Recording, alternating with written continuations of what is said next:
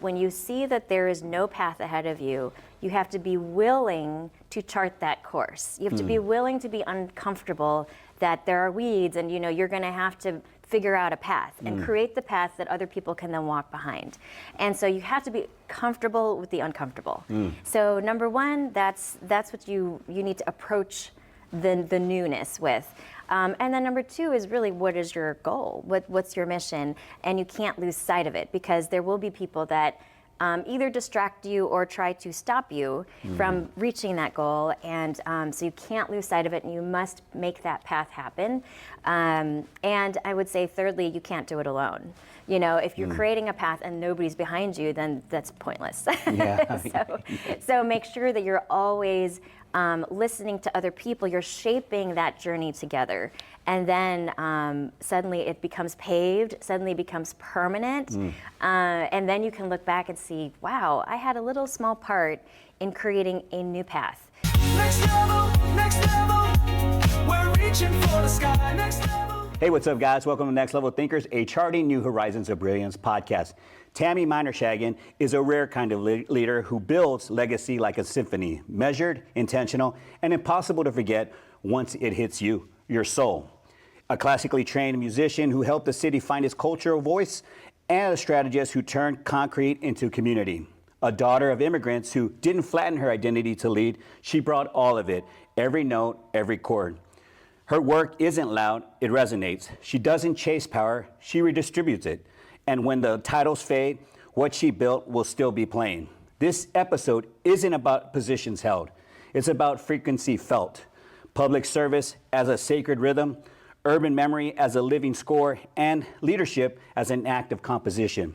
This is Next Level Thinkers, a Charting New Horizons of Brilliance podcast, and we're listening to the sound of someone who reshaped more than policy. She rewrote the way presence moves through the city of Frisco, Texas. Tammy, Wow. It's a pleasure to have you. Thank you so much for that introduction. Yeah, no, it's a pleasure to have you on Next Level Thinkers, a Charting New Horizons of Brilliance podcast. And I think reading this intro, it kind of highlights bullet points that as a community member in Frisco to watch you, watch all the things that are going on, with all the leaders that are in Frisco that are help shaping the way I live. My family lives in this community. You got to make those notations the right way, and I hope I served you well with that intro. That was amazing. Thank you. You're welcome. And watching you in action, I always wonder, like, who is she at the core? If someone was to ask you, like, who's Tammy Meinershagen? Yeah. How would you give me 3 or 5 words that would kind of 3 different 5 words that would give me? Well, I would say at the core, I am a musician. That's something I know absolutely I was born with, the love of communicating through music. And then, I would also say I'm a learner. I always love learning about different systems, about different people. That's exciting to me, and it really fuels me. And then I would also say that I am a leader. It's something that since I was younger, I was always kind of bringing things into life and finding gaps and trying to fill them, whether they were really small or large, and that is part of my DNA. You know what? It's so cool to hear you say that when your answers are like just kind of fluid. And I hear you saying, you know who you are. You know what I mean? Like, you know who you are at the core, and from a foundational standpoint, and music is the core of who you are, learning is the core of who you are, and leading. And I sense that about you, is that, and there's, several people that I go, wow, that person knows who they are and who they represent. And it's been a beautiful watching you in action and throughout the community as well. You've described your work not as career building, but as a form of stewardship of people, of place, of purpose. When you think about legacy, who do you see it more as something you leave behind, or something you actively planting in other people's lives? I think it's really a balance of both. Stewardship, leadership, it's all about people. That's what good, lasting leadership looks like. You're investing in other people, you are planting seeds, you're helping to grow them, and that then eventually becomes your legacy. But the first part of it is, how are you growing your garden, the leaders that you are bringing up to follow you. So I think it's really a mix of both. Yeah. Many leaders rise by narrowing themselves into categories. You obviously refuse to flatten yourself that way. How did you learn to integrate your roles instead of separating them, and what costs has it played in public life? So, growing up, I grew up in a city, Rockford, Illinois, where it's about 90% Swedish, and we were a Korean immigrant family. I mean, I was born in the States, but it wasn't a place where I felt integrated. I didn't feel like I belonged in my city. And that stayed with me, that feeling of not belonging stayed with me for a long time. And it really shaped the way that I wanted to grow, or where I was going to be planted in the future, how I wanted to raise my family, what I wanted to do with my adult life. I always wanted to make sure that I was integrating with wherever I was, and that my kids were as well. And so that informed my service when I moved to Frisco in 2004 from Chicago. I just got involved right away in PTA, making sure that our kids, and what I noticed in Frisco specifically was just the diversity that was here. And I did not expect that coming from Chicago. I thought Frisco's gonna be just all the same type of person and all the same type of food. And look at us now. I mean, we're certainly extremely diverse, international, in fact. And so it's been wonderful being able to celebrate that and to work to advance the incredible diversity that we have in our city. That's beautiful. I love the fact that, like I say, like my podcast, one's about the next level thinking, mastering the art of living, and veterans who transition into community, into the after post-military life. And thank you for your service. I appreciate that. Thank you very much. I appreciate you saying that. And how important is it for you to be a multi-dimensional leader, a thought leader, a thought leader and a follower in today's age, do you think? It's funny because I don't think of myself as that. I just think of myself as I'm evaluating a situation and I'm trying to figure out how can I help? How can I use what I have to help advance whatever the goal is? And so you just draw on the different parts of yourself. Sometimes it's actually the musician part of myself, because I know what was missing in Frisco, and I felt like we can be more well-rounded. We need somebody to step up and advocate for that, from just the nonprofits to the businesses, and now what we have, a music-friendly community as the state designation. These are kinds of the things that I wanted to see happen, and you just sort of raise your hand and say, I think I can help with that, and where can I fill in? And sometimes then it's your cultural background with creating, the International Fest and being able to start the first multicultural advisory board for Frisco. I can draw on my experience of not feeling like I belonged in a community and making sure we have places for people to feel celebrated. So, and then, I was a stay-at-home mom, a working mom. Now I'm an empty nester. There's just so many areas of everyone's life that you can draw on to serve. You just have to be willing to raise your hand and do it. That's awesome. That's so cool. I think that really resonates really well from you, and just as someone who watches you in action. And I know I'm not the only one that would say that about you. Your leadership style often prioritizes harmony, as you said. Yeah. You're a musician over dominance, especially in spaces built on hierarchy and speed. What does power look like when it's used responsibly, and how do you know when it's being misused? So I think that when power is used responsibly, it's actually empowering others. It's all about the other person. It's all about raising and leading others and supporting them in their leadership journey. When it is not used responsibly, it is about you. It's about gaining power, gaining a title, advancing yourself at the expense of others, judging others, using your position in a negative way. That's where I think, you don't want those people in leadership. Yeah, I didn't. When I think about it, I'm gaining so much from this right now, because it is about empowering others. Yeah. In the grand scheme of things, it's a responsibility of elevating people, the way they live in the community, and how they feel a part of a solid community. That's like right. Frisco. And leadership, when you think about it, if you don't have anyone following you or growing next to you, you're not really leading. You're doing something on your own. You think you're a leader. So it's really important that if you think of yourself as a leader, you're always looking at the landscape around you. Who am I helping to build? That's awesome. From International Fest to Community Keys, you've infused civic life with creativity and soul. What have you learned about getting institutions to value the invisible, things like belonging, beauty, and cultural memory. Yes. There's so much value in what's invisible, right? And when you think about even your mental health, that's invisible.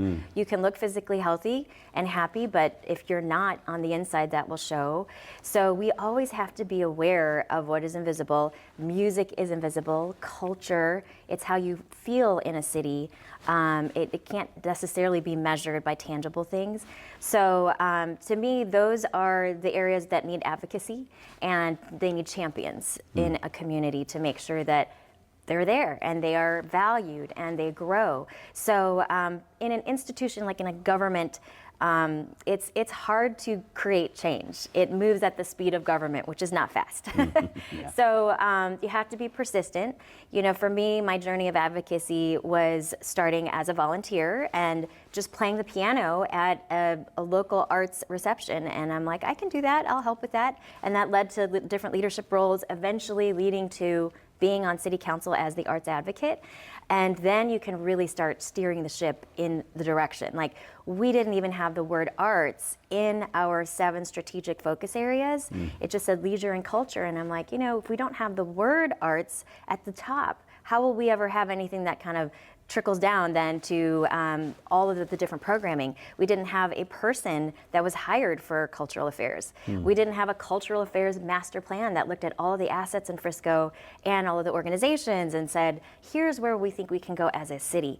And so I'm really proud that we were able to do all of that, and it always starts small. You know, mass movements do not start out in a mass. They start small. And so you have to just do one step at a time, one conversation at a time. You can't give up. You can't think, just because I didn't get that change overnight, nothing's changing. I mean, this took 20 years. Yeah. And so I don't know what the next 20 years will bring, but I know it will bring more because people are now part of this mass movement.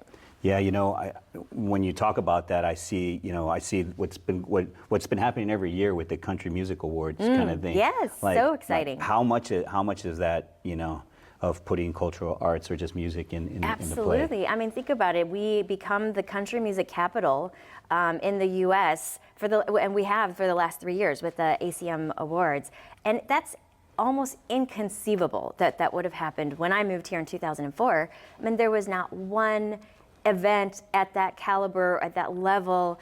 I never even thought Frisco could host such a thing. But this is also before the Star was even built in Frisco, you know, so we have grown up as a city. We've become very much a world-class city, and now it's been really wonderful to see that the arts are catching up to the sports. That's beautiful. Your journey began with music. You still help others find their voice through Steinway. Yes. If civic leadership were a symphony, what part would you play? The conductor, the composer, or first chair? What is first chair anyways? You know what first chair is? Okay, so I'm a violinist. So first chair is, you know, you have your section, and first chair is the leader of that section. Oh, okay. And so yes, I have actually done all 3 in my past, course, literally. Yeah, and the concert master, which I've also done that role, that is the first chair violinist who then stands up before everything begins. They tune the orchestra, and they welcome the conductor. So, you know, in a symphony, in an orchestra setting, it's so cool because you are making a grand piece of music come alive. It's, again, the art of the invisible. It only exists in that moment, and then it's gone. But you're doing something extremely special with about 80 different people.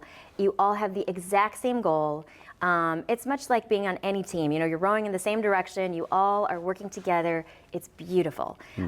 So I think every single person in an orchestra is important. You can't do what you're going to do, the final product, without each one of them. Yeah. So I'm happy with whatever role. It's always been fun to be the concert master, but I wouldn't mind being in the back and playing it as long as I'm part of it. Yeah, that's cool. That's very cool. I always wonder, is the conductor actually really doing a thing? Yes, you know what, they really are. And it's so funny because I used to think the same thing, like, why is the conductor sweating? It's not that hard. But actually, they have the vision of the emotion, the dynamics. You know, if I need to hear one melody, like think of the melody as like a physical ball that you're passing along to the different sections. So the violins have it first, and then you pass it over to the cellos, and the cellos take it to the oboes, and then it comes back, and then sometimes it converts into 2 or 3 melodies counter with each other, creating a third melody. I mean, it's incredible. So when he's got that vision, it's like mentally taxing. And so I've seen a lot of conductors they're wiped out at the end.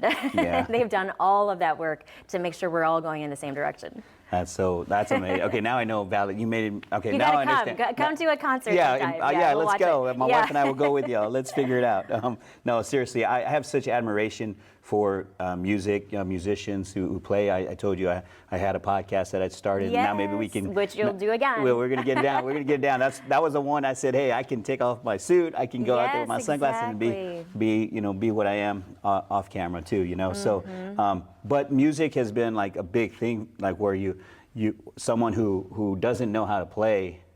And just a side story is maybe it was last year I got invited to be part of Guitars for Vets. Oh, wonderful. Yeah, and it's a 10-week program where they give you a guitar at the end and accessories. And I can't tell you how hard it was to like get over the mental block of seeing that guitar every day, every week when I had joined and never picked it up. But you know, it's what is it about playing an instrument that makes... So many things. I could go on and on and on about that. I think music is a universal language, first of all. We do not have to speak the same language, and we can enjoy it together. And it really does work through your emotions in a way that writing can't. Even speaking to other people, it can't quite do it. But when you listen to a piece, like for me, it's Rachmaninoff Piano Concerto No. 2. If you haven't listened to it, go and get it on your Spotify. Everyone should do it. Okay. And I feel like it takes you through every emotion possible in the human experience. And it's so great. I mean, it's so cathartic, I would say. And so listening, but then playing the instrument where you get to be part of the vessel that works through this and then gives that gift to others. I mean, that is just magical. So my first concert was at age 5, and it was at the Metro Center in Rockford, Illinois. I was playing my little violin, and I walked onto the stage. There was an orchestra that I was playing with, and it was in a crowd of 5,000 fourth graders. It was their first concert, their first orchestra concert, and I was the featured soloist. And so even at that age, I could sense how special it was to be able to channel the music, this experience, and I felt the joy of the experience, and then they felt the joy of receiving it in this mutual communication, and I still didn't even speak the language. Wow. So I know, and so then after that concert, my mom and dad, they kept sending me, like, people were sending me things like stuffed animals and letters, and I didn't even know how to read it, but they wanted to express their joy and their gratitude for that experience. And that's when I was hooked. Like, I have to play and I must perform because there's something very special about that. Do you have that on video somewhere? This is before cell phones and that before kind of any thing. video. I have it on. It's a newspaper article. Oh wow, yeah. That's cool. We got to see that. I We got know. to see that for real. Like if you had a small, of course the cameras back then were like this big too. I know. They're like as big as me, and they had to hold it on their shoulders. Yeah. Many people talk about systems change, but few know how to build it. You help establish advisory boards, open funding channels, and advocated voices that weren't always heard. When you design these structures, what's your North Star? Yeah. Well, I think first you have to come to when you see that there is no path ahead of you, you have to be willing to chart that course. You have to be willing to be uncomfortable that there are weeds and you're going to have to figure out a path and create the path that other people can then walk behind. And so you have to be comfortable with the uncomfortable. So number one, that's what you need to approach the newness with. And then number two is really, what is your goal? What's your mission? And you can't lose sight of it, because there will be people that either distract you or try to stop you from reaching that goal. And so you can't lose sight of it, and you must make that path happen. And I would say, thirdly, you can't do it alone. You know, if you're creating a path and nobody's behind you, then that's pointless. Yeah. So make sure that you're always listening to other people. You're shaping that journey together. And then suddenly it becomes paved, suddenly it becomes permanent.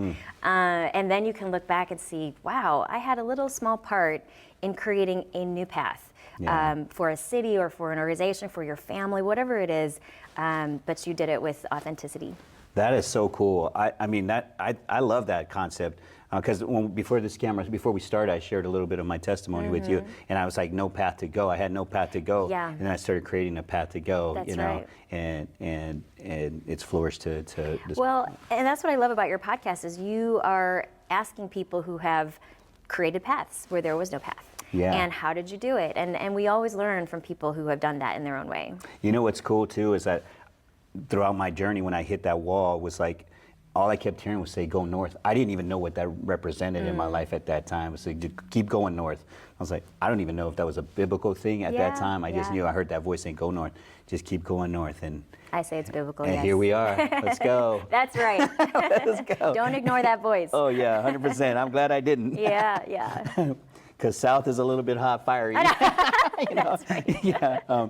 This is as far south as I want to be. Yeah. Okay, Asian cultural yes. values often emphasize humility, generational respect, and community over self. A Western leadership landscape shaped by personal branding and speed. In a Western leadership landscape shaped by personal branding and speed, how have you used your heritage as strategy, not just identity? Well, you know, first, it's countercultural for an Asian woman to raise her hand, speak up, and go against the grain. I mean, we're just not supposed to do that. And even from my childhood, if I spoke up and said, I don't really like that, Mom, or whatever, I mean, I was told, stand down, you know, like, you don't do that. And culturally, too, for Asians, we're not supposed to look anyone in the eye. It's disrespectful. But in Western culture, if you don't look at someone in the eye, it's almost like, what's wrong with them? What they're shifty, you know, they're hiding something. So there were a lot of cultural things that I had to work through as I was in my journey of getting things done, leading, and being comfortable that, okay, I am an Asian woman. There are very few of us that choose to lead, and then especially in elected office, because that's just not what we're supposed to do, you know. But I had to come to terms with it's okay. You know, I can be who I am authentically. I am an American. I don't think of myself, it's funny, sometimes I forget that I'm Korean American, and I have to look at myself in the mirror and be like, okay, yes, that's right. I do have the wrapping and I am Asian. But I have the American spirit. The Korean spirit, too, is alive and well in me because it is the survivor spirit. When you think about South Korea and the history of constantly trying to be obliterated by other countries, I mean, they survived and they have thrived. And you look at South Korean culture and how much the K-wave, that's what we call it, the K-pop, K-music, K-everything, beauty products, it's taking over. And it's been mainstreamed at this point. You know, I used to never be able to find a Korean restaurant, or even if I said I'm South Korean, they'd be like, what's that? When I was growing up. So it's really, it makes me happy to see how much the South Korean culture has grown and become accepted across the world. But I always think of myself as American first. Yeah, that's amazing. You know, I you know, when you were talking about how you're not as a female, you're not taught to, like, you're actually taught to stand down, Yes, right? yeah. And that you've challenged that notion and actually broke the ceiling, you know, shattered the ceiling of that mindset, and that's very admirable for sure, 100%. Thank you. And it's funny because, like, I didn't even think of it in that way when I, you know, got sworn in to City Council as the first Asian American, and then later on the first Korean American female deputy mayor in the state of Texas. And so, you know, people were writing me, wow, congratulations. I'm like, well, I never even thought that that was a possibility. I never thought that that would mean so much to so many different people who said, wow, you make me feel like I could do something even greater than I am. So I'm grateful that that is what it represented. But I never set out to be like, I'm going to be the first in this or, in that way. Yeah. Well, I definitely see that for sure. So it's I don't think it's undeniable when people get to examine what you've contributed and continue to contribute in our community, how awesome it is, especially for women to see you in that role as well. So it's beautiful. Thank you. One of my good friends told me that her daughter told her when I first got in, that she said, I didn't know that Asian women could be in office. Oh, wow. I know. And so it really meant a lot to me because I thought, wow, even for young girls, they might be inspired to try something new. It's awesome because I just had a Dr. Ubesi on the Next Level Thinkers podcast, and she talked about being the first a female black trauma surgeon and how much she had to overcome and how much doubt she had to endure with, people trusting this stereotype, kind of thing. So it was a very awesome conversation. I haven't seen it. You should listen to it. It was really cool. It was a great conversation. You need to have a get together with all of your guests. I would love that. Yeah, I do want to do a roundtable. That'd be fun. Yeah. I want to have a mastermind as well. I do. I really do. I just haven't. I said, okay, I know I got enough people to do it for sure. Right. It'd be amazing. That would be. Let's figure it out. Huh? Done. Let's go. Okay. Done. Okay, we're working on that. You're entering a new season, not of retreat, but redirection. Outside of formal office, what kind of impact are you seeking now, and how has your definition of influence changed? Well, my definition of influence has not changed. I still believe that influence is essentially if you can help someone, inspire them to do something different, that's influence. And leadership really is not about titles. You can lead at any level. And that's when people will start to, get behind your vision or whatever it is. So I just think of it as sort of a shift. Sometimes you're in this role, sometimes you're in that role. So none of that has changed, but I will say it has allowed me to have more time, because that's really the cost of being in public service as an elected official. You really have limited time because you're doing a lot of things, and I get to now have some of my time back, and I need to refill my cup, because it's been at least for me, serving our city, it's been 20 years. Wow. And during that time, I've raised all 3 of the girls, and 2 out of college now, and 1 in her sophomore year, and we've got, we're empty nesting. And so I look back and that was a whirlwind. It was a lot of work at the same time of raising all the kids. And so I am entering a new season. I'm looking forward to doing more music, because I've had to put that on hold. And it's been 3 years since I did a concert, and so I need to get back to playing again and refueling, and then we'll see what happens in the next chapter. That is so cool. I can't wait to see that journey. Of course, we're going to kickstart that into the music of Igniting the Power of Music podcast. Yes, again, absolutely. And I look forward to that as well. What tradition from your upbringing still informs you how to lead? And is there a story, ritual, or habit you return to when you need clarity? Yes, well, always God. I mean, prayer is key. You can't do anything without recognizing your need for God. That's my personal opinion. But then also yoga. That's another way that I'm able to clear my mind. I think your body and your mind and your soul, they are integrated. And so if you're not taking care of all 3 at the same time, then something is imbalanced, and literally imbalanced for yoga. So I think it's healthy to take some time to do something physical and make sure that you're keeping good care of your body, your temple, and that helps then clarify your mind. It gives you the energy to do the things that you need to do, that you're called to do. So I'm a big believer in yoga, and I do it every day. Yeah, I just this year was I had hired a private yoga instructor. Oh, good. Just to work on breath coach too. She Wendy Love, and she was amazing. To have her just get dialed in and get centered and get visionary. Did a lot of visionary work and breath work, and it was really cool. It's amazing how sometimes you don't think about breathing, and then you don't remember that you have to breathe, especially when you're nervous or tense. Yeah. You have to do those breathing exercises. And when I say I do yoga every day, I'm not talking an hour. I will at least do 15 minutes a day. Wow. Yeah, and it's always, and right before bed is where I do all my stretching and I breathe, and you have to put your head upside down so all the blood can rush to your head, because many times you don't ever do that. So that's what I do every single day. I've been doing that since I was in 5th grade. Wow. Yeah. Jesus. Can you play piano on your? Yeah, not upside down. I haven't tried that yet. I haven't tried that yet. We're going to try that. Let's see here. Okay. You've shaped how a city thinks. You've curated space for others to belong. But when it's quiet, when the calendar's cleared, what questions do you ask yourself to stay honest, to stay anchored? Yes. Well, really, it's how have I helped someone today? And it can be small. It doesn't have to be the huge, huge things. But I think in life, the things that bring us joy are always helping others and love. And that's really just an extension of love. So if we're loving others and we're giving that, you do end up receiving that as well. So that's what I ask every day. That's beautiful. And final question. I guess the next question I have is tell us a little bit about what you're working on now. I know I saw something about Steinway. I know, it's and so Alicia exciting. Keys. And, let's speak on that a little bit. Yeah. So what I get to do now more than I did before, because I just didn't have the time.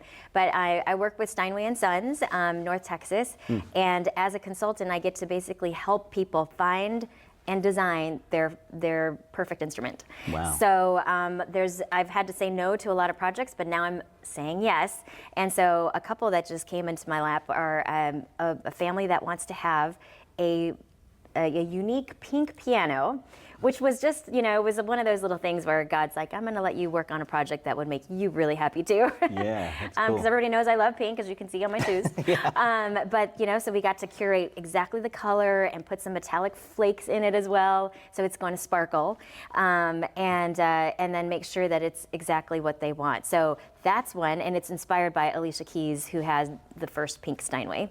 And then another one where a client really wanted a specific soundtrack, Pride and Prejudice. And I had never actually played it. I had only briefly heard it when I was watching the movie many years ago, but got the music. I've been able to start practicing it and start recording it. And getting to play music, and that soundtrack is actually gorgeous. It is wonderful. So now I have that on repeat on my Spotify too, because it's very relaxing, very soothing. And so it's been really fun to learn that music, get it recorded, and now this client can just basically press a button on their iPad and it will play for them every day. Wow. I know. That's so It's cool. pretty cool. Man, that's pretty cool. The other thing too is on a side note, I had seen a video of you playing a violin. Yeah. Like, what is that? I always wanted to ask you, like, that's when I was interested in having you on the podcast, because I wanted to see into the music podcast. When I saw you playing the violin, I had no idea about the piano until Okay. down the funny. road. But yeah, so I first started learning music. I started the violin at age 4 and then the piano at age 5. But I did both simultaneously growing up, and I got my piano performance degree at Northwestern and my English degrees. But violin has always been a part of my life, absolutely. And then I picked up the electric violin, like early 30s. Yeah. And I was not allowed to listen to rock music or anything like that growing up. So when I picked up the electric, it sounds like an electric guitar. It's basically, I can play all the guitar licks on my violin. So I got obsessed with listening to like heavy metal music and the guitar licks and trying to replicate that on my violin. Cool. And so then I got some friends that are in a band, like legit players, and I started playing some covers with them. That's so And so that's so on cool. YouTube. If you Google me. I gotta check that out. That's cool. I do like Holy Diver by Dio and nice. Iron Maiden, the Trooper, and Nice. I know it's pretty fun.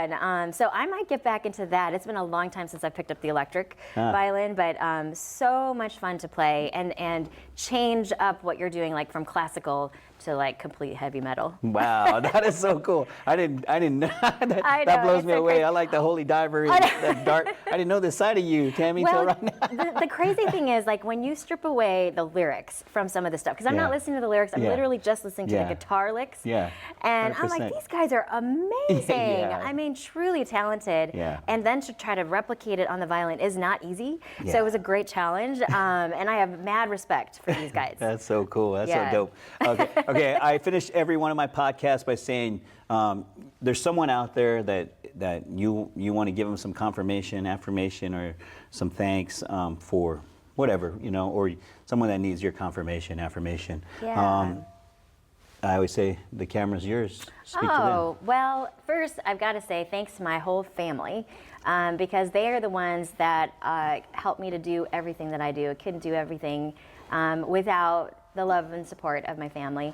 And then also, if you are thinking about doing something and you are facing that path in front of you that is scary and there is no path, but you do feel like maybe you're the right person, I would say you are the right person. Do it scared, make that path, listen, and lead with love.